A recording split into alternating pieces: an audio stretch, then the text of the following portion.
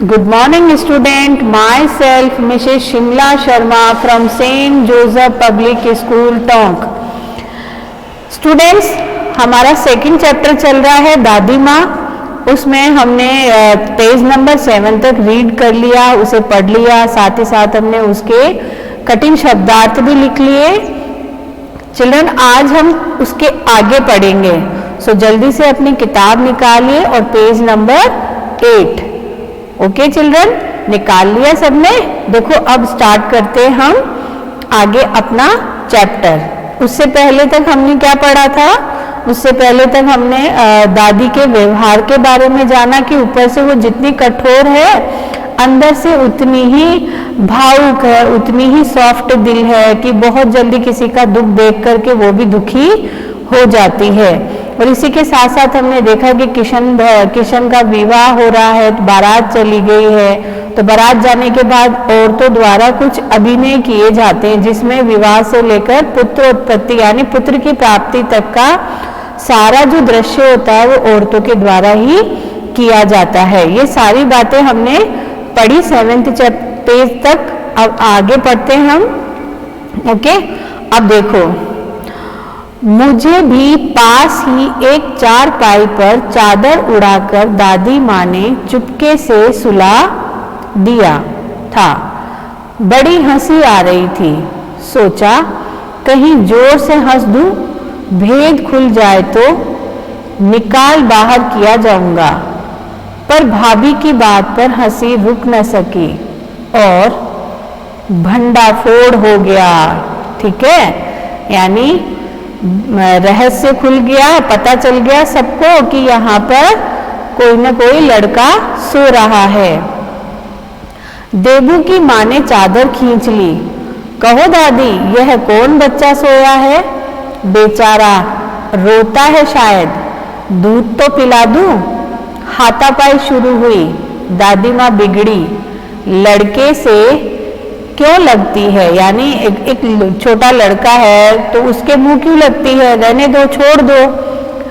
सुबह रास्ते में देबू की माँ मिली। कल वाला बच्चा भाभी। मैं वहां से जोर से भागा और दादी माँ के पास जा खड़ा हुआ। वस्तुतः किसी प्रकार का अपराध हो जाने पर जब हम दादी माँ की छाया में खड़े हो जाते, अभयदान मिल जाता। यानी होता है ना, जब जैसे हमसे कोई गलती हो जाती है, कुछ भी हो जाता है तो हम तुरंत भाग करके अपने दादा दादी के पास चले जाते हैं, तो वो क्या करते हैं, हमें थोड़ा प्रोटेक्ट करते हैं। ठीक है ना? तो हम क्या हो जाते हैं, अपने दादा दादी के पास जाते हैं, बिल्कुल निर्भय हो जाते हैं, बिना डर के उनके पास अपने आप को सुरक्षित महसूस करते हैं। तो वैसा ही किसने किया? लेखक ने भी किया। स्नेह और ममता की मूर्ति दादी माँ की एक एक बात आज कैसी कैसी मालूम होती है। यानी राइटर जो है, लेखक जो है, वो अपनी दादी माँ के बारे में सोचता जा रहा है। वो सोच रहा है कि दादी माँ जो थी उनकी बातें कैसी कैसी थी, कभी कठोर, कभी नरम दिल। ठीक है, परिस्थितियों का वात्या चक्र जीवन को सूखे पत्ते सा कैसा नचाता है। यानी जो हालात होते हैं हमारे, जो परिस्थितियां होती है, उनका जो बवंडर आता है, तो वो क्या करता है, हमारे जो जीवन होता है उसको एक सूखे पत्ती की तरह इधर उधर हिला के रख देता है। तो बेटा, वात्या चक्र का मतलब होता है बवंडर।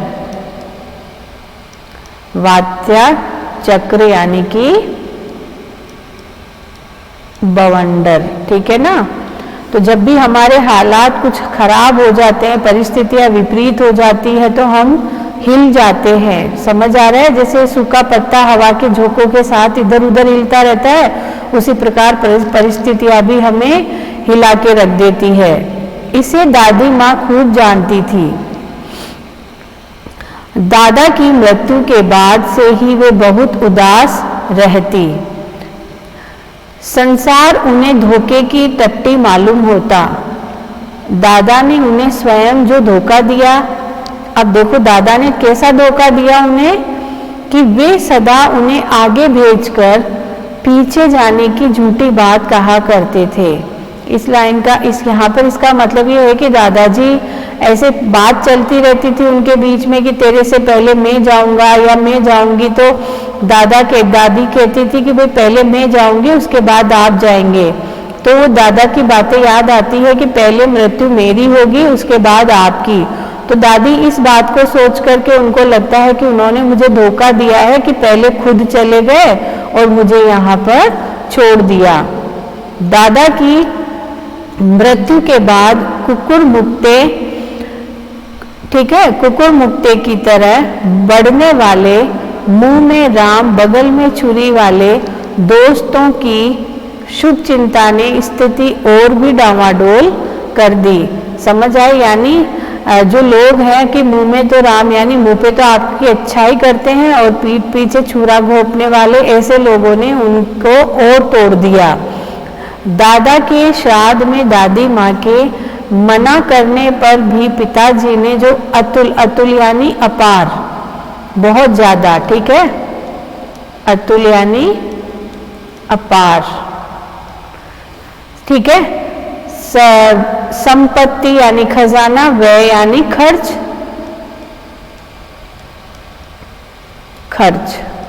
है ना। तो दादी के मना करने पर भी पिताजी ने अतुल संपत्ति व्यय की। किसमें? दादाजी के श्राद्ध में। वह घर की तो थी नहीं, ठीक है, इतनी ज्यादा संपत्ति थी कि उसको उन्होंने बहुत ज्यादा पैसों को उन्होंने दादाजी के श्राद्ध में खर्च किया, तो वो घर की तो थी नहीं। ऐसे कैसे घर की थी नहीं, मतलब उनके पिताजी ने उसको कमाने के लिए उन्होंने बहुत मेहनत की थी और उनके बेटे ने वो खर्च कर दी थी बहुत ज्यादा। दादी माँ अक्सर उदास रहा करती। माघ के दिन थे, माघ यानी हिंदी कैलेंडर के हिसाब से 11वां महीना। कड़ाके का जाड़ा पड़ रहा था। जाड़ा यानी कि बेटा ठंड, जाड़ा का मतलब होता है ठंड, सर्दी, ठीक है। पछुआ का सन्नाटा और पाले की शीत हड्डियों में घुसी पड़ती। पछुआ यानी पश्चिमी हवाएं, पछुआ यानी पश्चिमी हवाएं और पाला यानी तेज ठंड, ठीक है। अब बहुत ज्यादा तेज सर्दी हो रही थी। शाम को मैंने देखा दादी माँ गीली धोती पहने कोने वाले घर में एक संदूक पर दिया जलाए हाथ जोड़कर बैठी है, ठीक है। संदूक का मतलब है लोहे की पेटी। उनकी स्नेह कातर आंखों में मैंने आंसू कभी नहीं देखे थे। मैं बहुत देर तक मन मारे उनके पास बैठा रहा। उन्होंने आंखें खोली। दादी माँ, मैंने धीरे से कहा, क्या है रे, तू यहाँ क्यों बैठा है? दादी माँ, एक बात पूछूं, बताओगी ना? मैंने उनकी स्नेहपूर्ण आंखों की ओर देखा। क्या है? पूछ। तुम रोती थी? दादी माँ मुस्कुराई। पागल, तूने अभी खाना भी नहीं खाया ना? चल चल धोती तो बदल लो दादी माँ, मैंने कहा। मुझे सर्दी गर्मी नहीं लगती बेटा। वे मुझे खींचती रसोई में ले गई। सुबह मैंने देखा चारपाई पर बैठे पिताजी और किशन भैया मन मारे कुछ सोच रहे हैं। दूसरा चारा ही क्या है, बाबू बोले। रुपया कोई देता नहीं, कितने के तो अभी पिछले भी बाकी है। वे रोने रोने से हो गए। कौन? लेखक के पिता दादी माँ का बेटा, ठीक है। उनको किसी को पैसे देने थे तो अरेंजमेंट नहीं हो पा रहा था, तो इसलिए वो उदास हो रहे थे। रोता क्यों है रे? दादी माँ ने उनका माथा सहलाते हुए कहा। मैं तो अभी हूँ ही। उन्होंने संदूक खोलकर एक चमकती सी चीज निकाली। तेरे दादा ने यह कंगन मुझे इसी दिन के लिए पहनाया था। उनका गला भर आया। मैंने इसे पहना नहीं, इसे सहेज कर रखती आई हूँ। यह उनके वंश की निशानी है। उन्होंने आंसू पोंछकर कहा, पुराने लोग आगा पीछा सब सोच लेते थे बेटा। आगा पीछा मतलब परिस्थिति कभी भी कैसी भी हो सकती है, तो इसके लिए वो कुछ ना कुछ जोड़ करके रखते थे।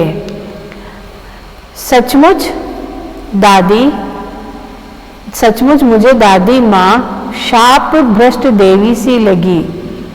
शाप भ्रष्ट का मतलब होता है बेटा श्राप से ग्रस्त, ठीक है,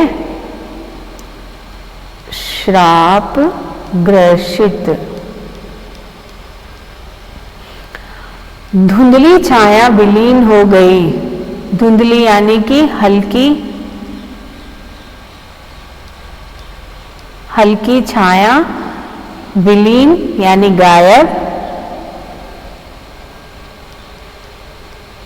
गायब हो गई। मैंने देखा दिन काफी चढ़ आया है।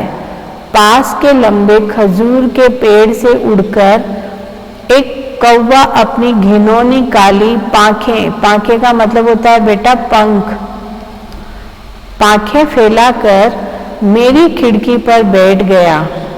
हाथ में अब भी किशन भैया का पत्र कांप रहा है। काली चींटियों सी कतारें धूमिल हो रही है। धूमिल यानी धुंधली, ठीक है। आंखों पर विश्वास नहीं होता। मन बार बार अपने से ही पूछ बैठता है, क्या सचमुच दादी माँ नहीं रही? तो ये चैप्टर समझ में आया कि इसमें जो लेखक होता है उनको किशन भैया द्वारा एक पत्र भेजा जाता है और उस पत्र में लिखा हुआ होता है कि उनकी दादी माँ नहीं रही। तो उस पत्र को पढ़ते पढ़ते लेखक को अपनी दादी माँ की बातें याद आती है, तो वही वो सोचते रहते हैं। तो स्टूडेंट्स, ये है हमारा चैप्टर कंप्लीट, हमारा रीडिंग पोर्शन कंप्लीट हो गया और साथ ही साथ हमने इसके कठिन शब्दार्थ यानी हार्ड वर्ड्स भी हमने कर लिए। तो स्टूडेंट्स, आप इन्हें अपनी नोटबुक में करेंगे और साथ ही साथ आप एक्स्ट्रा जो क्वेश्चन हैं वो फ्रेम करेंगे। आपके जो टेस्ट होंगे प्री मिड टर्म, उसमें एक्स्ट्रा क्वेश्चंस भी आएंगे। सो चिल्ड्रन, उनकी प्रिपरेशन करें, तैयारी करें, एक्स्ट्रा क्वेश्चंस भी बनाएं और इस चैप्टर के क्वेश्चन आंसर्स करेंगे हम नेक्स्ट क्लास में। So children, take care, bye bye.